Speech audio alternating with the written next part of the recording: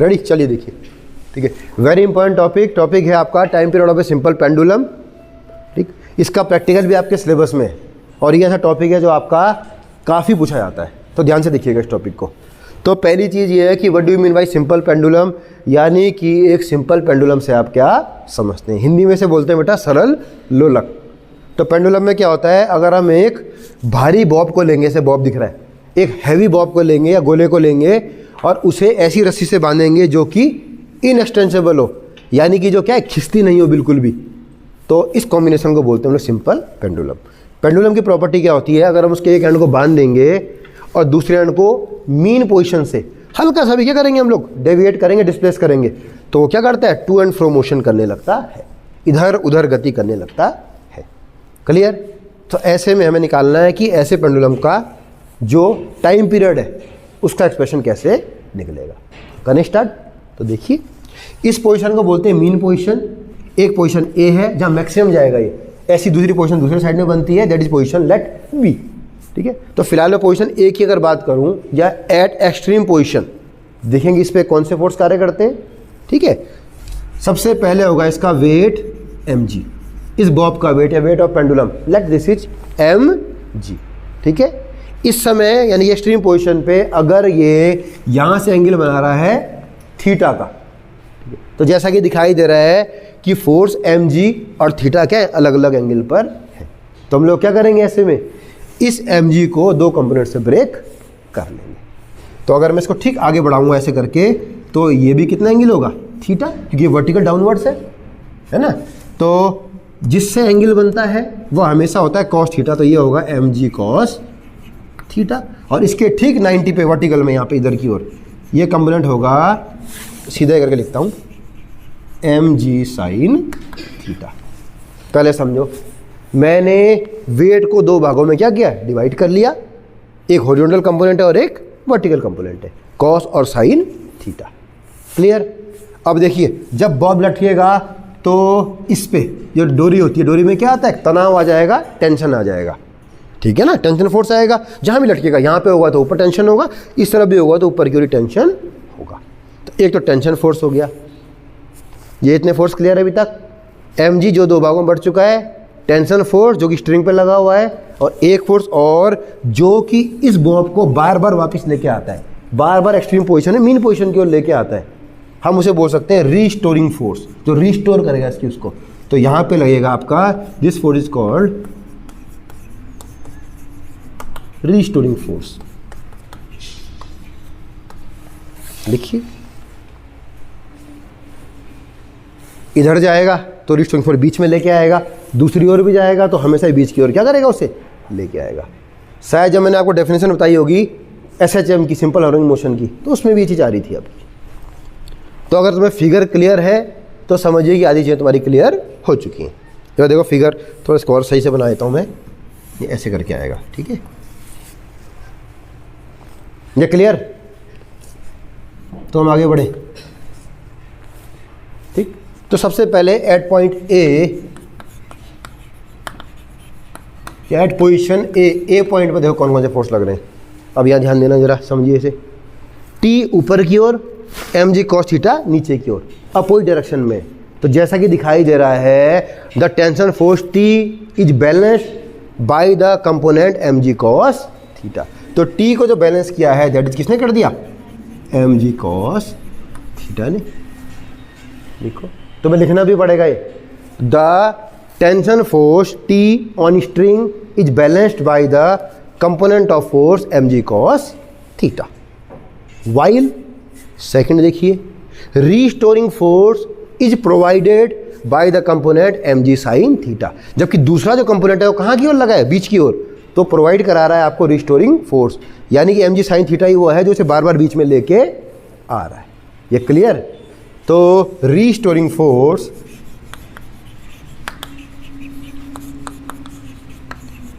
इसे मैं F से दिखा दूं, F ये प्रोवाइड करवा रहा है आपको mg sin थीटा। समझिए, ये तो न्यूट्रलाइज कर रहे हैं दूसरे को, जबकि दूसरा वाला फोर्स को प्रोवाइड करवा रहा है। तो यहां से restoring force is equal to हो जाएगा mg sin थीटा। पहले इतना देखो, इतने में कोई दिक्कत तो नहीं है तुम्हें, ये क्लियर। चलिए आगे बढ़े हम लोग थोड़ा। फोर्स इज इक्वल टू होता है mass into acceleration. M A बराबर हो जाएगा एम जी साइन थीटा, इसमें कोई दिक्कत, एम से गया एम, ए बराबर फिलहाल जी साइन थीटा। इक्वेशन 1 ले लो इसे। अब तक देखिए, ध्यान से देखना, इसे इंपॉर्टेंट है, पूछता है, प्रैक्टिकल भी आपका है। अभी तक कोई दिक्कत आ रही है? यानी कि मैंने निकाल दिया एक्सेलरेशन या रीस्टोरिंग एक्सेलरेशन मैं कह सकता हूँ इसे, बराबर फिलहाल जी साइन थीटा आ रहा है। आगे बढ़े। अब देखो साइन थीटा के लिए क्या करेंगे हम लोग। लेट ये लंबाई जो है इसकी ये कितनी है, लेट एल, तो ऑब्वियसली ये भी एल ही होगी आपकी, है ना। स्ट्रिंग तो आपकी वो नहीं हो रही है, स्ट्रेंथ तो हो नहीं रही हो, मैं खिंच तो रही नहीं हूँ, एल। और लेट यहाँ से यहाँ तक की जो डिस्टेंस है वो है लेट वाई। डिस्प्लेसमेंट जो है वो कितना हुआ यहाँ से यहाँ तक, वाई। देख लो एक बार, इतना क्लियर। अगर ये ऐसा है तो ध्यान देना, अगर मैं ये मान के चलूँ कि थीटा का मान बहुत ज़्यादा नहीं है, तो ऐसे में हम लोग मान सकते हैं कि sine theta is equal to theta हो। तो साइन को हम हटा सकते हैं, साइन हुआ टेन हुआ कुछ भी हुआ ये हट सकते हैं, अगर कि मान बहुत छोटा आता है तो हम लोग यहाँ पे ले सकते हैं साइन थीटा की जगह सिर्फ थीटा, और वैल्यू ऑफ थीटा इज, ध्यान दो, अगर मैं इसे पूरे को मानूँ तो एक सर्किल का क्या छोटा सा पार्ट है। अगर ये पूरा सर्किल है तो इसका छोटा सा क्या एक हिस्सा है आपका। और ऐसे में एंगल इज इक्वल टू होता है arc upon radius, arc by radius L. इसका यूज़ मैं यहाँ पे करने जा रहा हूँ, तो करूँ। तो लिखिए फॉर स्मॉल एंगल, यहाँ पे लिखना for small angle sine theta is equal to theta, for small angle sine theta is equal to theta, and value of theta is arc upon radius. तो थीटा इज इक्वल टू हो जाएगा Y by L. ठीक है, arc Y है और radius L है। इस मान को इक्वेशन 1 में रखेंगे, put this value in equation 1, we get equation 1 में ए इज इक्वल टू था आपका g into y by l, यही तो था। देखिए इक्वेशन 1 में अगर मैं मान रखूँगा तो a is equal to g into y by l, यही होगा। और हम लोग थोड़ा सा में कैलकुलेशन करेंगे और इसे बनाएंगे, तो यहाँ से आ जाएगा आपका y by a is equal to आ जाएगा एल अपॉन जी। लिख लीजिए इसे ले लो चाहे इक्वेशन 2।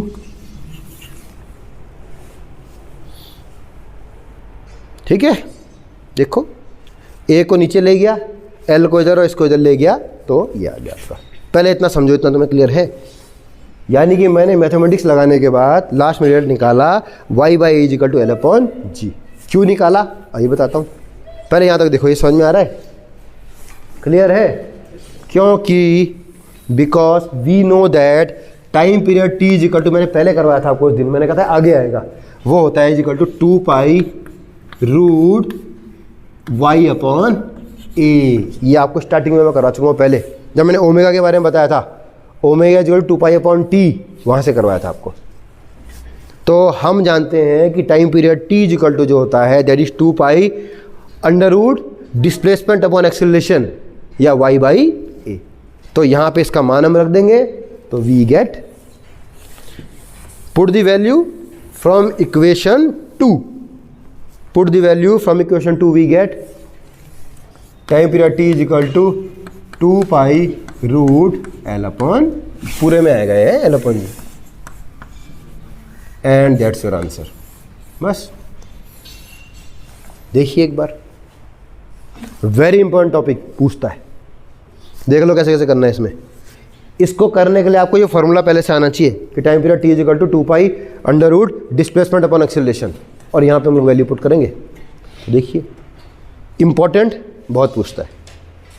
तो एक बार देखिए, अगर तुम्हें कोई समस्या आ रही है तो मुझे बताओ, अदरवाइज मैं आगे बढ़ूँ। ये क्लियर है? चले आगे, चलो देखो। अच्छा, इससे क्या पता चला आपको?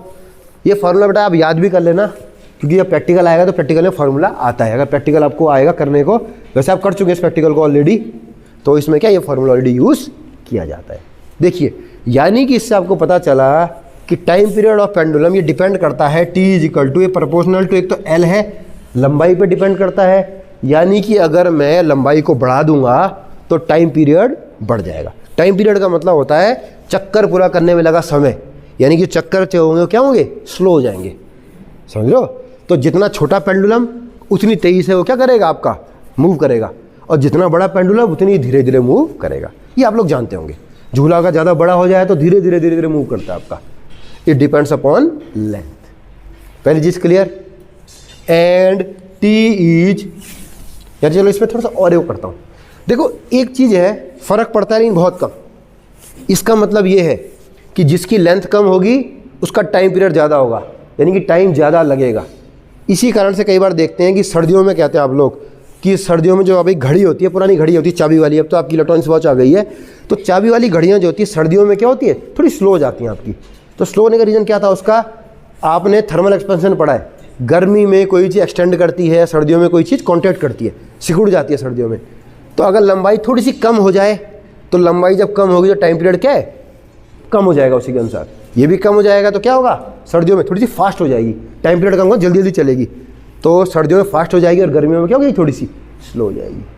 समझ रहे हो। लेकिन ये इतना कम होता है कि प्रैक्टिकली आपको महसूस भी नहीं होता। बहुत मिली सेकेंड में हो रहा है तो फर्क नहीं पड़ता इससे, ठीक है। ये clear. Also t is proportional to 1/रूट। रूट लगाओ ना लगाओ बात एक ही है, फिलहाल जी भी लिख सकते हो कि अंडर रूट जी से फर्क नहीं पड़ेगा आपका, है ना। इसमें अंडर रूट आना था वैसे, मतलब फिलहाल ये कि मान के चलो जी के इन्वर्सली प्रोपोर्शनल है आपका। इसका मतलब कि ग्रेविटेशनल एक्सीलरेशन अगर बढ़ेगा तो टाइम पीरियड क्या हो जाएगा, कम हो जाएगा आपका, ठीक है। बढ़ेगा का मतलब हम अभी अर्थ में 9.8 मीटर पर सेकंड स्क्वायर, अगर मैं किसी दूसरे ग्रह में चला गया, माना कि हम किसी जुपिटर में चले गए जो भारी ग्रह है, तो जी का मान कम होगा तो क्या होगा, तेज तेज चलेगी घड़ी आपकी। और अगर हम मून पे चले आए, चंद्रमा पे चले आए, तो चंद्रमा पे क्या होता है, जी का मान बहुत कम होता है आपका, 6 गुना कम पृथ्वी से। तो यहाँ पे क्या होगा, घड़ी का टाइम पीरियड क्या होगा, बहुत बढ़ जाएगा, घड़ी स्लो हो जाएगी आपकी। इसी कारण से कहते हैं घड़ी जो होती है, अगर किसी दूसरे उसमें आप चले आएंगे, मून में चले गए, तो हमारी घड़ी क्या होती है, स्लो हो जाती है आपकी। तो स्लो होने का रीजन यहीं से आता है आपका, क्योंकि टाइम पीरियड क्या होता है, बढ़ जाता है। जी कम होने के कारण टाइम पीरियड का मान बढ़ जाता है। तो ये आप ध्यान रखना, कभी कभी पूछ लेता है एक नंबर पे कि what is the effect of gravitational acceleration on time period, तो यहाँ से आता है। क्लियर। ये जी का क्वेश्चन भी है जो मैं बता रहा हूँ, तो मैं इस चैनल पे जाएंगे तो क्या होगा, स्पेस पे काम ही नहीं करती। स्पेस पे जो आपकी वैसी वाली वॉच होती है वो काम नहीं करती। क्यों, जी का मान ही नहीं होता, जी का मान स्पेस पे 0 है। जी तभी तक तो है जब तक हम अर्थ की फील्ड में, फील्ड से ऊपर चले गए तो जी खत्म। तो स्पेस पे तो घड़ी काम ही नहीं करेगी। व्हेन जी 0 तो इसका मान तो इन्फिनिटी हो जाएगा आपका, तो काम ही नहीं करेगा आपका। इसलिए कहते हैं कि एस्ट्रोनॉट जो होते हैं कभी भी वैसी वाली घड़ी नहीं पहनते आपका। तो ये क्लियर है। आगे बढ़े, चलो आगे बढ़ते। अब एक छोटा टॉपिक और important topic,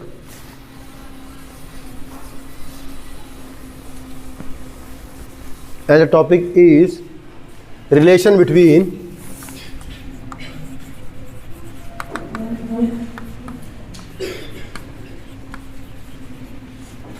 velocity and this और दिस, एक ही बात है, वेरी इंपॉर्टेंट। ये भी छोटा सा टॉपिक, 3 नंबर पक्के, बहुत important. Relation between velocity and frequency of pendulum, या relation between velocity and wavelength, है ना, ऑफ सिंपल पेंडुलम बोल लो, या of a object doing simple harmonic motion, एक ही बात है। और ये बहुत इंपॉर्टेंट है, दोनों में से कुछ भी देगा निकाल लोगे, ठीक है। तो करें स्टार्ट। देखिए लेट में सिंपल सा देता हूँ आपको। हमने पढ़ा है, माना कि ये आपका चल रही है वेव, ये एक पूरा राउंड है, एक साइकिल है। एक साइकिल को चलने में जो टाइम लगता है that is time period T, और एक साइकिल में जो डिस्टेंस ट्रेवल की जाती है that is called wave length, wave length. तो ये डिस्टेंस ट्रेवल हो गया, ये टाइम हो गया आपका। ये क्लियर। अगर वेग v वेलोसिटी के साथ मूव कर रही है आगे की ओर, तो ऐसे में we know that velocity is equal two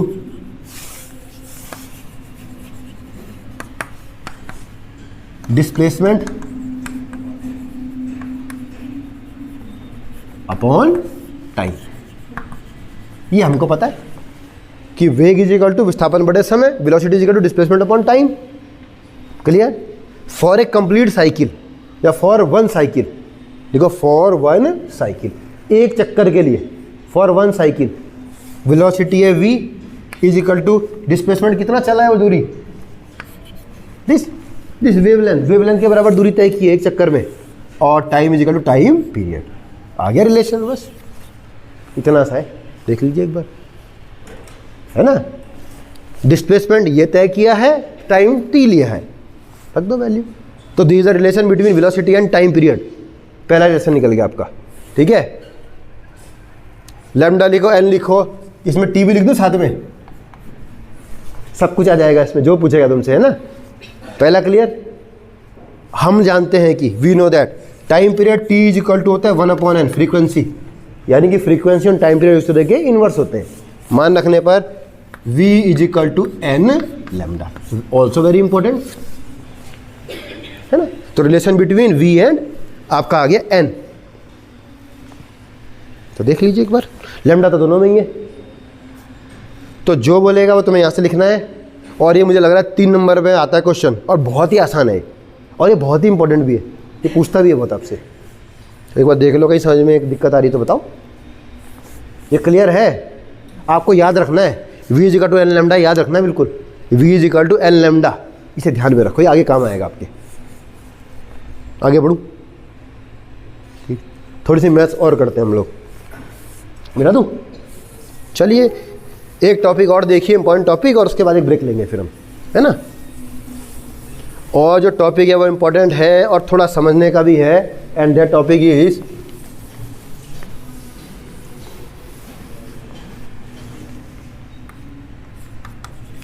equation of progressive wave.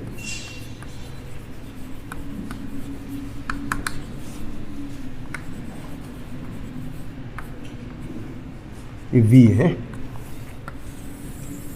यानी कि एक प्रगामी तरंग का समीकरण निकालना है आप लोग को।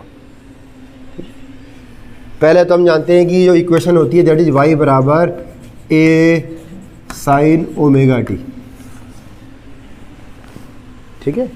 यानी कोई एसएचएम अगर कोई वेव कर रही हो तो उसकी इक्वेशन क्या होती है, a साइन ओमेगा t, आप पढ़ चुके हैं। तो आपको निकालना है इक्वेशन ऑफ प्रोग्रेसिव। तो पहले समझो प्रोग्रेसिव वेव होती क्या है आपकी, इसे बोलते हैं प्रगामी तरंग, यानी कि पहले वेव समझो, ज़्यादा अच्छा है ना। अभी तो वेव ही नहीं है आपका। पहले तो वेव क्या होता है आपका, वेव या तरंग, wave is a kind of disturbance which propagate या विच ट्रांसफर्स एनर्जी। कोई भी ऐसा डिस्टर्बेंस जो कि एनर्जी को आगे की ओर प्रोपेगेट करता है, दैट इज कॉल्ड वेव, ठीक है। जैसे कि आपने एक पत्थर लिया और पानी में डाला, तो पत्थर से क्या हुआ, एनर्जी निकली या डिस्टर्बेंस हुआ जो आगे की ओर बढ़ता है आपका, तो क्या हुई, पानी में वेव उत्पन्न हो गई आपकी। वेव ने क्या एनर्जी को आगे की ओर बढ़ाया। आपने एक रस्सी ली मेरे हाथ पे और मैंने उससे बांध दिया वहाँ पे, और मैं रस्सी को यूँ हिला रहा हूँ, तो जब मैं रस्सी को हिलाऊंगा तो रस्सी कैसे ऐसे ऐसे करके जाएगी आगे की ओर, रस्सी तो बनती है। तो आप देखना ये साइकिल आगे की ओर जाती है रस्सी में, जब मैं यूँ हिलाऊंगा तो साइकिल आगे की ओर बढ़ेगी, यानी कि एनर्जी क्या हो रही है, आगे की ओर बढ़ रही है। एग्जाम्पल ऑफ वेव, ठीक है। अभी मैं बोल रहा हूँ आपको sound wave, also example of wave, क्योंकि जो मेरी एक एनर्जी है वो क्या है, वाइब्रेशन है या एनर्जी है, वो आपकी ओर क्या जा रही है, जा रही है। तो that is also example of wave, ठीक है। Light wave, light is also example of wave. ये सब आगे पढ़ेंगे आप लोग। तो वेव समझ गए। अब समझो दो टाइप की वेव्स होती हैं आपके सिलेबस में सिर्फ प्रोग्रेसिव वेव है। प्रोग्रेसिव वेव का मतलब जो एनर्जी को एक ही तरफ लेके जाती है, ठीक है। यानी कि अगर मैं से बोल रहा हूँ भी साउंड मेरा जा रहा है तो आप ही की तरफ जा रहा है, वो फिलहाल मेरी तरफ वापस नहीं आ रहा है। तो जब तक वापस नहीं आ रहा है तो ये होगी progressive wave, the wave which propagate energy. एक होती है स्टेशनरी वेव। स्टेशनरी वेव में क्या होता है आपका, माना कि देखिए एक मैंने धागा लिया और ये एक दीवार है यहाँ पे बांध दिया, और ये एंड भी मैंने फिक्स कर दिया, दोनों एंड फिक्स है अभी। माना कि दो दीवारों के बीच एक वेव है, देखो ये वेव इधर से गई यूं करके टकराई और यहाँ से भी वापस हो गई ऐसा करके वापस, ठीक है। तो एनर्जी क्या है, इन्हीं दोनों के बीच फंसी हुई है, इसे बोलते हैं स्टेशनरी वेव। अप्रगामी तरंग जो एनर्जी को ट्रांसमिट नहीं कर पा रही है, बल्कि दो पोजीशन में एनर्जी क्या होगी, फंस के रहेगी। समझ रहे हो। अगर मैंने यहाँ पे मान लो मैंने एक धागा बांध दिया और ये मैंने फिक्स किया हुआ है और मैं हिला रहा हूँ उसे, तो एनर्जी वापस नहीं आ रही है, टकरा के मेरे पास वापस आएगी। वो जो एनर्जी मैंने दी है वो टकरा के दीवार से क्या हो रही है, वापस आ रही है। तो जो दो एंड्स के बीच फंस जाती है दैट इज क्या जाएगा, अप्रगामी तरंग या क्या जाएगा, नॉन प्रोग्रेसिव वेव आपकी। क्लियर। आपके सिलेबस में सिर्फ प्रोग्रेसिव वेव है, इसको देखते हैं। वेव भी क्या है, इसकी इक्वेशन है आपकी सिर्फ। तो इक्वेशन देखिए कैसे निकालेंगे, थोड़ा सा एक फिगर बनाता हूँ, उसमें देख लीजिएगा, समझना थोड़ा सा, समझने का है, टफ तो नहीं है पर समझने का है। चलिए देखिए, ये कोई वेव जा रही है आपकी, ठीक है, ये हो गया प्लस वाई, ये हो गया माइनस वाई, ये मैंने पहले बताया था आपको, और ये हो गया जीरो वाला पॉइंट, ठीक। यहाँ से वेव चल रही है आपकी, अगर ये वेव, ध्यान देना, यहाँ से स्टार्ट हो रही है जीरो से, तब तो इक्वेशन होगी इसकी y बराबर a sin ओमेगा टी। लेकिन अगर मैं तुम्हें कहूँ कि माना मैंने कोई पॉइंट यहाँ पे लिया, लेट ये पॉइंट है कोई, ठीक है, लेट दीजिए पॉइंट P, और मैं वो कह रहा हूँ कि एट पॉइंट P ये बताइए कि इक्वेशन क्या होगी, तो देखिए क्या होगा। सबसे पहले चल कितनी गई वेव, यहाँ से अगर नीचे लेके जाऊँगा तो हम देखेंगे कि वेव कितना ट्रैवल कर चुकी है, यहाँ से कितना ट्रैवल किया उसने। तो लेट ये डिस्टेंस है, लेट स्मॉल x, टाइम जो लिया है let this is t dash, t time के साथ तो आगे बढ़ रही है वेव, है ना। a sin ओमेगा तो t तब है कि जबकि जीरो से स्टार्ट हो रही है वेव, या जीरो पर निकालूंगा मैं, लेकिन अगर मैं किसी पॉइंट p पर निकालना चाह रहा हूँ किसी खास पॉइंट पे, तो हमें चेक करना पड़ेगा कि कितना वेग आगे चल चुकी है। t की जगह इसे लिखिए v, लेट वेग की वेलोसिटी है v, डिस्टेंस चली है उसने p तक, बिंदु तक x, और जो टाइम लिया है वो है t डैश, ठीक। ये समझो पहले इतना। तो ऐसे में लिखो equation of progressive wave at point P, equation of progressive wave at point P, this is y is equal to a sine omega t, ध्यान देना मैं क्या लिख रहा हूँ, माइनस टी डैश, समझाता हूँ अभी क्यों, t माइनस टी डैश, क्योंकि t डैश को ऑलरेडी ट्रेवल कर चुकी है, p पर निकालनी है, हमें जीरो पर नहीं निकालनी, तो p पर क्या है वो t डैश टाइम ले चुकी है, तो t डैश टाइम ले चुकी है, तो मैं t डैश टाइम को घटा दिया उसमें से, t माइनस टी डैश, ये टाइम ट्रेवल हो चुका है, समझ रहे हो। और हम लोग जानते हैं कि यहाँ ध्यान देना, velocity v is equal to होती है डिस्टेंस अपॉन टाइम, तो ये हो जाएगी x upon t dash, p बिंदु के लिए distance travel, time t dash लिया, velocity v is equal to this, या t dash is equal to x upon v। ये इधर गया, ये इधर गया, ठीक। मान रखने पर y is equal to a sine omega t minus x upon v, लिख लीजिए। चाहो तो इक्वेशन यहीं पे ले लो, एक तो यही बन गई यहीं से, पहली, दो तीन निकालूंगा मैं, दिखाऊंगा तुम्हें कैसे निकालते हैं, अलग अलग निकाल के दिखा देंगे अगर आ गया तो एक तो यही है, कोई दिक्कत तो नहीं इसमें, आसान है ये। एट पॉइंट P पे निकाला है, तुम्हें देखना है कितना डिस्टेंस ट्रेवल किया और कितना टाइम लिया इसने, है ना। तो यहाँ पर क्यों टाइम आ रहा था, तो टाइम में से वो टाइम घट गया, और बस, और time is equal to displacement upon velocity, तो मैंने मान रख दिया। तो थोड़ा इसको मैं पहले इतना समझ गए, तो और इक्वेशन बनाते हैं इससे, इसी से बन जाएगी इक्वेशन, और तो रखो मान, देखिए कैसे बनाएंगे आपका, देखो। तो y इज इक्वल टू, मैं इसी को सॉल्व कर रहा हूँ थोड़ा सा बस, a साइन ओमेगा, ये आ जाएगा, इधर से आएगा ये v t minus x upon v, इसमें कोई दिक्कत कि इधर जाता है ऐसे ही तो होता है। मान खोलते हैं दोनों के, तो y is equal to a sine omega is equal to होता है 2 पाई n, ये हमने पहले किया है, ओमेगा मतलब वेलोसिटी है, बराबर 2 pi into frequency, we t minus x को वैसे ही रहने दो, और v बराबर अभी अभी निकाला है मैंने n लैम्डा, अभी निकाला बस, n से कटा n से n कटा, तो हमारे पास इक्वेशन जो नई बन के आएगी अब की बार, that is y is equal to a 2 pi by lambda v t minus x, equation ये भी होती है इसकी, कुछ बुक्स में ऐसा दिखेगा तुम्हें, देख लीजिए इसे, देखना इसमें थोड़ा सा बनाना पड़ता है उसे, बस इस मान को खोला, इसको खोला और कट कर दिया आपस में, देख लो कोई दिक्कत आ रही है तो कर लोगे, नीचे वाला मिटा दूं, चलो लिख लो आराम से, लिखो लिखो, टेक योर टाइम, थोड़ा सा मैथमेटिक्स है इसमें भाई, इक्वेशन पूछता है और कुछ नहीं पूछता, इक्वेशन निकालनी है आपको, है ना। तो बस यही है, मैं जानबूझ के थोड़ा सा बना के दे रहा हूँ आपको, और इक्वेशन अगर स्पेसिफिक पूछे कि इसी इक्वेशन को निकाल के दिखाओ तो कैसे करेंगे।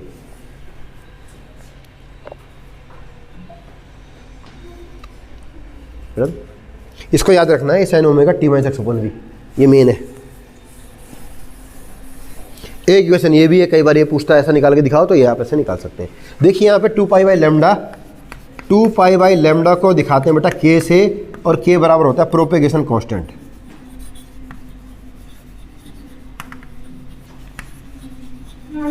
लिख लीजिए ये भी, वेयर 2π/λ इक्वल टू k, और k को बोलते हैं प्रोपेगेशन कांस्टेंट, यानी कि जो आपको बताता है किसी पॉइंट पर वेव की डायरेक्शन और प्लेसमेंट, या जो किस पोजीशन पे वो होगी, प्रोपेगेशन कांस्टेंट। ठीक है, तो किसी बुक में तुम्हें k भी मिलेगा तो एक ही बात है, k इज 2π/λ। ये क्लियर? ठीक, अगर तुम्हें कहेगा इसी को उसके टर्म में बना होगा टाइम पीरियड के, तो एक और बना के दिखाता हूँ आपको। y बराबर हमने अभी किया था a sin ओमेगा, क्या था आपका t माइनस क्या था x। इसको याद रखना बस, ठीक है बेटा, करें तो देखिए मान रखते हैं इसके, मैं ओमेगा की वैल्यू को अंदर लेके जा रहा हूँ, तो ये आ जाएगा y equal to a sin 2π, n होता है ना, n को अंदर लेके जा रहा हूँ मैं, तो ये आ जाएगा nt minus n x upon v, या v की जगह लिख दो, लिख सकता हूँ। देखो मैंने क्या क्या किया, ओमेगा बराबर 2π/n था, 2π को यहाँ छोड़ के n को मैं अंदर ले गया, तो यहाँ भी n आ गया n के साथ, t के साथ सॉरी, और x के साथ भी n का मल्टीप्लाई हो गया, और नीचे मैंने लिख दिया n लैम्डा, n से कटा n, और हम लोग जानते हैं कि n इज इक्वल टू होता है 1 अपॉन टाइम पीरियड t। इस मान को मैं यहाँ पे रख रहा हूँ, तो इक्वेशन बन जाएगी y is equal to a sin 2π bracket में t by capital T minus x upon lambda, and this is also important. a sin 2π t upon t time period minus x upon lambda, ये x है बेटा है। कभी कभी यही पूछ लेता आपसे, तो एक बार देखिए, ये मैंने 2-3 आपको इक्वेशन बना के दिखा दिए, तो एक बार देखिए आपको सारी इक्वेशन आ रही है, मैथमेटिक्स है बस इसमें बनाने का है।